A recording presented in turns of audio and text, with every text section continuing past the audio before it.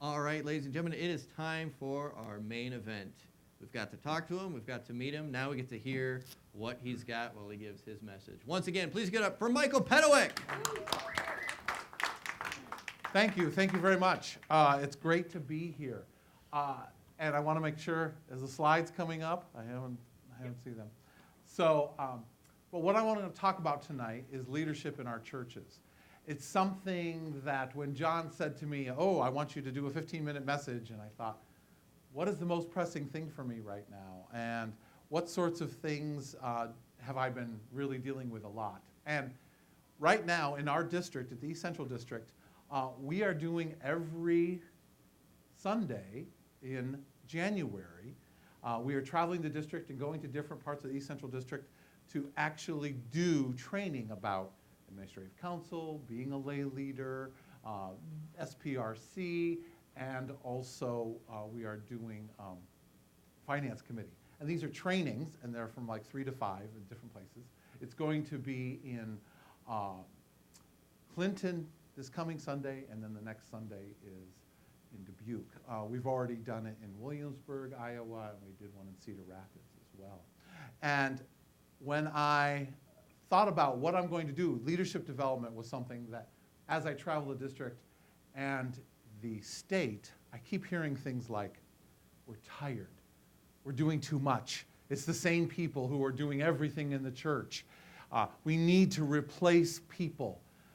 I'm too tired. I've been doing it for too long, but nobody's coming up among the ranks to actually lead this council or to lead this committee or to lead this ministry. And so it's something that I hear enough that I thought we better address it. So as I do these trainings on Sundays this month, I am actually doing the administrative council and the lay leader portion. But I start with leadership development, using that as something that is so foundational to something we have to do in our churches, something that we have to do if we're going to actually create more leaders in the church. And School for Lay Ministry helps do that. And that's one reason why I thought this kind of dovetailed so well with what we were talking about and why John wanted to do this series, is that we have to create leaders. And School for Lay Ministry does that in spades. And that's something that I really learned through that process. And next slide. Galatians, this verse really hit home for me. It's chapter 6, verse 9. Let us not become weary in doing good, for at the proper time we will reap a harvest if we do not give up. So as I said in my introduction, it seems like a lot of people are giving up, or they're actually thinking, well, the church is, dividing, and I don't know what to do. I don't know if I should give now. I don't know if I should serve on a committee. I don't know if I should become a member. I don't know if I should go into ministry. All of these things are happening. And to me, this quote really speaks to we should not be giving up. We should not, at this time, think that all is lost. And so with that, there are some things that really, really hit home for me about leadership. And there's something, next slide, that really hits home for me as far as management versus leadership. So often we put them together. We think they're the exact same thing, and they're not. Management is about pushing people, enforcing rules, making it so that you're managing people and stuff. Leadership is about inspiring people to follow you. And we have a lot of great managers in the world, and I'm not saying that management isn't important and something that we all need to concentrate on and making sure that we are managing our committees and our tasks. That's true. But what the church needs right now is true leadership. We need people who are inspiring, who are making it so other people want to follow, want to come into the fold. Follow the vision and mission of our churches and of our denomination. As I go around and talk to people and do these different leadership trainings, I ask, do you know the vision and mission of your church? I could ask this crowd right here tonight, do you know the vision and mission of your church? Love first. And love first. Grow together. Which is great. I mean, I love to hear that. But believe me, there are lots of people who have no idea. And you might laugh at this, but when I ask the question, so how did you become leader of administrative council? Or how did you become leader of SPRC? Were you called from somebody from leadership development? Because that's now what the committees are called, not nominating committees. And Did someone call you and say, hey, you have these great skills. We think you'd be great. And everyone's like, yep. That's exactly how I did it. So did you get handed a job description? No. Did anybody take you through an orientation process? No. Well, unfortunately, we need to make sure that the leaders that we're having lead us actually know what they're doing and what they're expected of them. And so often we don't.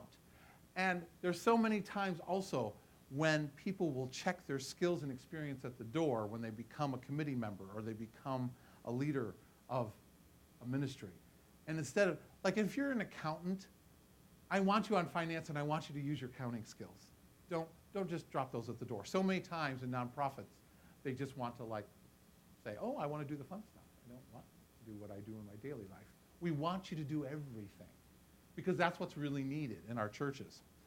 And so when I think about management versus leadership, was Jesus a leader or a manager? Leader, right? He inspired people.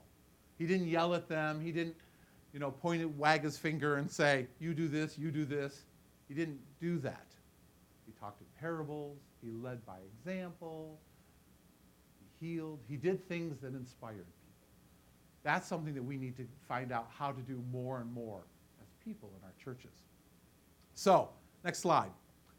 So there's a lot of barriers. Remember I brought up some of those earlier about, oh, well, I'm working too hard. I need other people to come and take my place.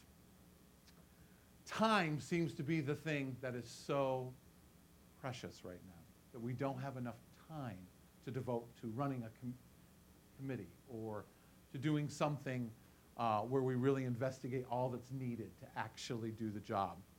But we have to take the time. And a lot of it has to do with prioritizing. I'm here tonight. In fact, I told some of my coworkers at work, I work at the UI Reach program at the University of Iowa, and I told them that I was coming here to Cedar Falls tonight, and they're like, are you crazy? And you're doing that for free? And you're actually care enough to do that? They were amazed that I was going to do that, especially here in the middle of winter. But it's important.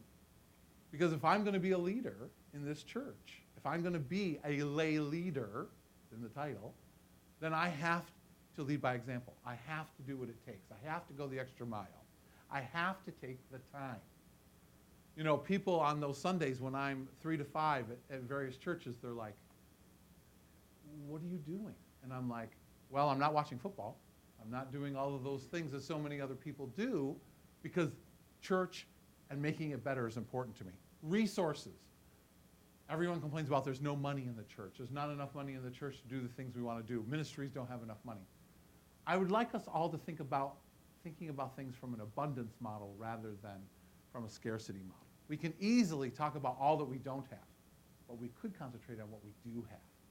And while we're doing these trainings, Kaboko actually brings out about how, hey, we've got all these resources and all these books and trainings and things that are available to churches. You just have to do the work to look at them, to seek them out, and to ask. Planning. 10 minutes of planning saves an hour's worth of work. My wife and I always say that all the time. And it is so true. We have to plan. We have to get written plans into place. We have to plan for how we're going to do things. Instead, sometimes we fly by the seat of our pants. And how do we not do that constantly? We have to be prepared. When we walk into our churches, we have to have a plan about how we're going to do the ministry. If we're going to bring a new ministry to a pastor, I know several pastors now say, you have 3 or 4 people with you to try that new ministry? I think that's excellent. It shouldn't be just, hi, I have an idea. It should be, what are we going to do? What is the plan to make that ministry successful? Empowerment. This is a big one, and as a lay leader, this is something even at the Board of Laity we talk about all the time at the conference level. We have to be empowered as laity to do something. This doesn't mean pastors have to let go. They have to let us do. They have to let us go ahead and try. And even if we end up failing, it's not the end of the world. At least we tried something. Believe me, pastors fail too. So why do we not have the right to also as laity, run with the ministry, do something, try something. We have to be empowered to do that. And they have to let go. We have to let go as laity also and let God sometimes. But also, we have to be empowered. And they have to let us try something. Then passion. This is something that it was very interesting. The first session that we did in Williamsburg, Kaboko introduced me and he said, the reason I love this lay leader is because he's passionate. As passionate as you think I am, he is just as passionate as I am. I think our leaders have to be passionate. That's how they will inspire. We have to love God, follow God, and actually believe that what we're doing makes a difference. And that we are trying to succeed and have the mission of this church fulfilled. I think this is something that some of us have to really foster and get that. School for Lay Ministry can help build that passion. And that's something that's really important to keep in mind. There are, the next slide, the leadership contract is something I came across that I think really hits home with how we can actually develop as leaders and grab hold and keep these 4 terms in mind. Leadership is a decision. Make that decision to be a leader. Make a decision to be passionate and to lead people and inspire people and to not just take a back seat. Leadership is an obligation. You've got to step up to the plate. It just won't be handed to you on a platter. You actually have to do the work. Being a leader is very hard work. It means coming here in the winter an hour and a half and driving home an hour and a half to be here to speak to you tonight. Those are the sorts of things you have to do. It's work. I'm not going to say it's easy. You have to build those relationships, master complexity and uncertainty, develop some other leaders. That's hard work too. Model the values that we have. These are all things that are part of an obligation of what it means to be a leader. And it doesn't matter if you're a leader at your work or in your church. These are all things that apply. Leadership is hard. You better get tough. I feel like sometimes when I say this, I'm coming off as kind of harsh or a downer or as somebody who is saying something that is, oh, not for me. There are so many benefits to leadership. Even if it is tough and a lot of work and an obligation, there's so many benefits.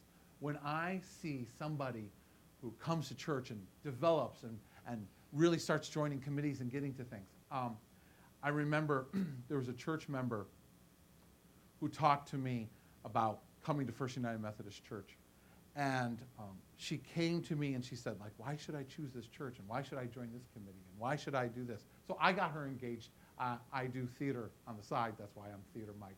And I did a version of the 12 Other Disciples, which is the 12 women. Okay? And this woman, she came and I said, come and be a part of that.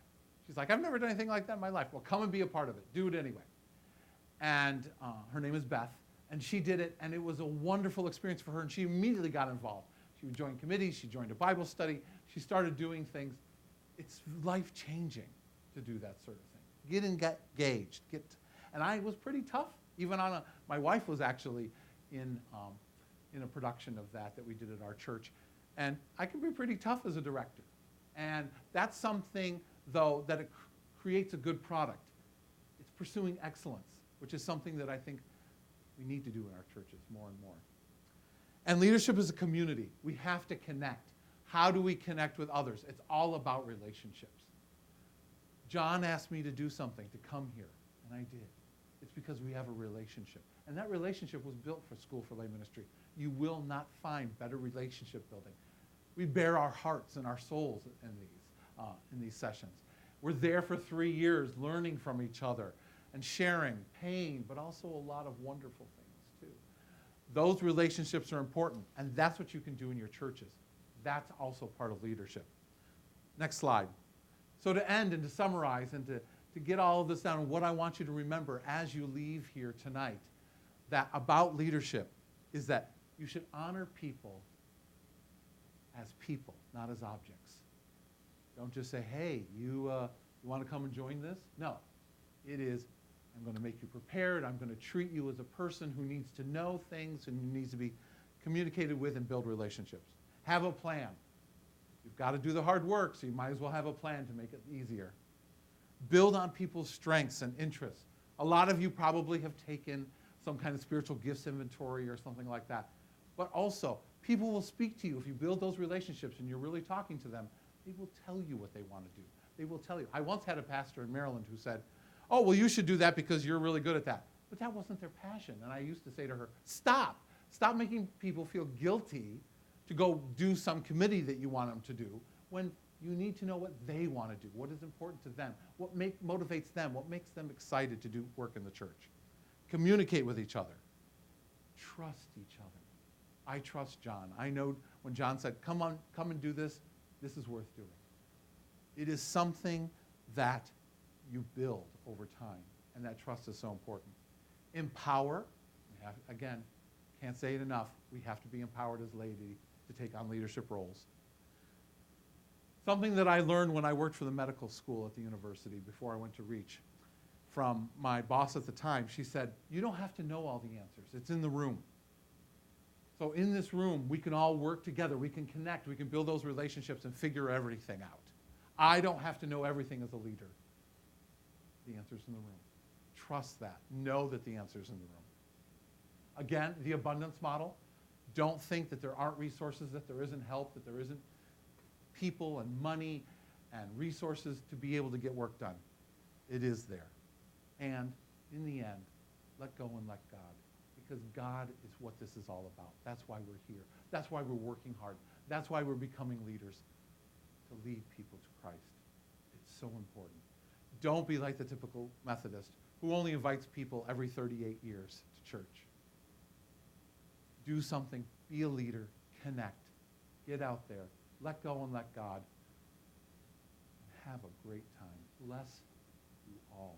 Thank you for having me. Have a good night. Keep it going for Michael Petkewec, ladies and gentlemen. Well, I want to thank everybody for coming to Fusion tonight, and I hope that you are able to take so much away from Michael's message tonight about what you as an individual are capable of in the church. We all have the capabilities to be leaders. God has equipped every single person with their own abilities, with their own skills. It might not look the same as the person next to you, but you have talents and things worth giving. And whether you get equipped through small groups on Sunday mornings, whether you get equipped by our pastors during service, whether you get equipped here, whether you get equipped at School for Lay Ministry, wherever you get equipped, you are equipped nonetheless. You have that capability, and what we're asking is for you to tap into that. It's not easy. It's hard. There's times where it's tough. There's times where you want to pull your hair out until you look like Chris Congdon and you have none left to pull. Hard, man. It's hard. But the work is worth it, and it's worth it because we're doing it for God, and we're doing it for God because He is doing so much for us every single day. I have an announcement, too. Yes. So, your Northeast District Yes, I knew that. I is did know having that. a leadership training workshop on January 26th. Here at First Right here. Methodist Church. So, go to it. Lots of great things that they're going to be talking about. Topics, 2:30 to 4:45 p.m. 2:30. January 26th. January 26th, here at this church at 2:30. Yes. So take Michael's message with you. Go out into the world. Give all that you can. And whatever you do, please, please, please be Christ for one another. Have a good night, guys.